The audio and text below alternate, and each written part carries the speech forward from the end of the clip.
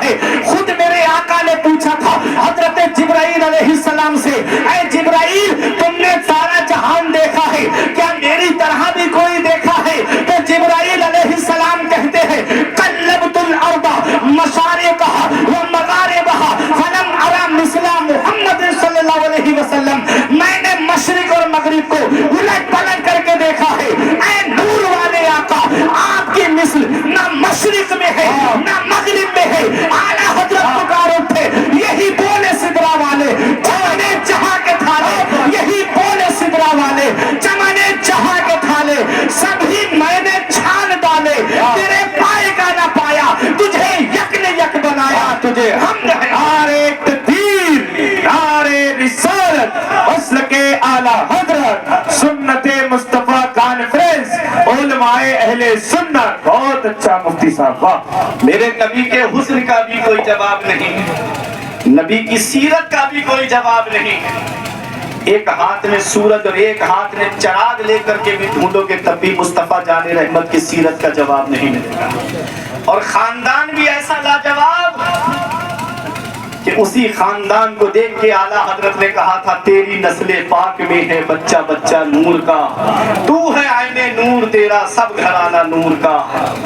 خاندان بھی لاجواب, صورت بھی لاجواب, سیرت بھی لاجواب, تو رشتوں کی کمی نہیں تھی. پیغمبر اسلام نے سب سے پہلا نکاح فرمایا تو 40 سال کی بیوہ حضرت خدیجۃ الکبریٰ سے فرمایا. یہ میرے آقا حضور صلی اللہ علیہ وسلم کی سیرت ہے.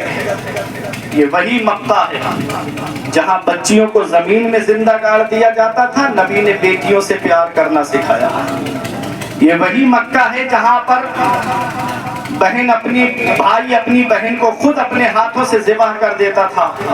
پیغمبر اسلام نے اپنی رضائی بہن حضرت شیمہ سے محبت کر کے بہنوں سے پیار کرنا سکھایا.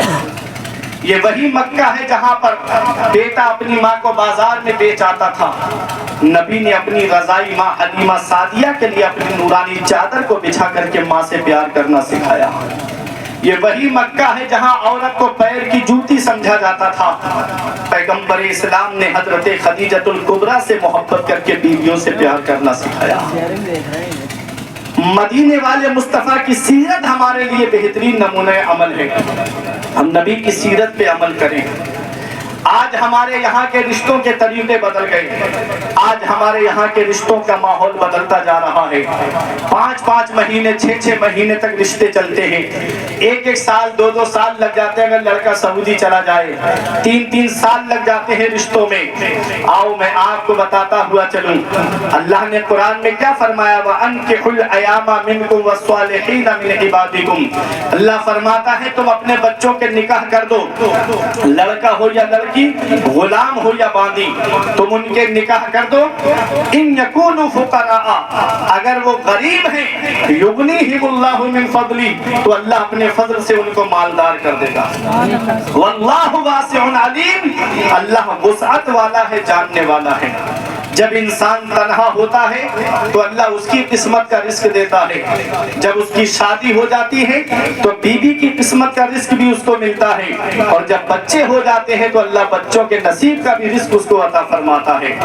آج آدمی یہ سوچتا ہے کہ ہمارا بچہ ابھی اپنے پیروں پہ کھڑا نہیں ہوا ہے, جب میرا بچہ پیروں پہ کھڑا ہو جائے گا تب میں اس کی شادی کروں گا, تب میں اس کا نکاح کروں گا. اگر اس دوران وہ گناہ پہ گناہ کرتا رہا تو سمجھ لو اس کی سزا اسے تو ملے گی ہی, لیکن اس کے ماں باپ کو بھی اس کی سزا ملے گی. اگر لڑکا لڑکی بالغ ہو گئے اور معاذ اللہ ان کا نکاح نہیں کیا اور ان سے کوئی گناہ سرزد ہو گیا تو اس کا گناہ, اس گناہ میں وہ تو ملوث ہیں ہی, ان کو تو اس کی سزا ملے گی ہی, لیکن ان کے ماں باپ کو بھی اس کی سزا ملے گی, انہوں نے اپنے بچوں کا نکاح وقت پہ کیوں نہیں کیا. تو میرے عزیزوں, میرا یہ پیغام ہے کہ اپنے بچوں کی شادی کرو. اور پیغمبر اسلام نے کیا پیغام دیا ہے, نبی فرماتے ہیں تنکح المرأۃ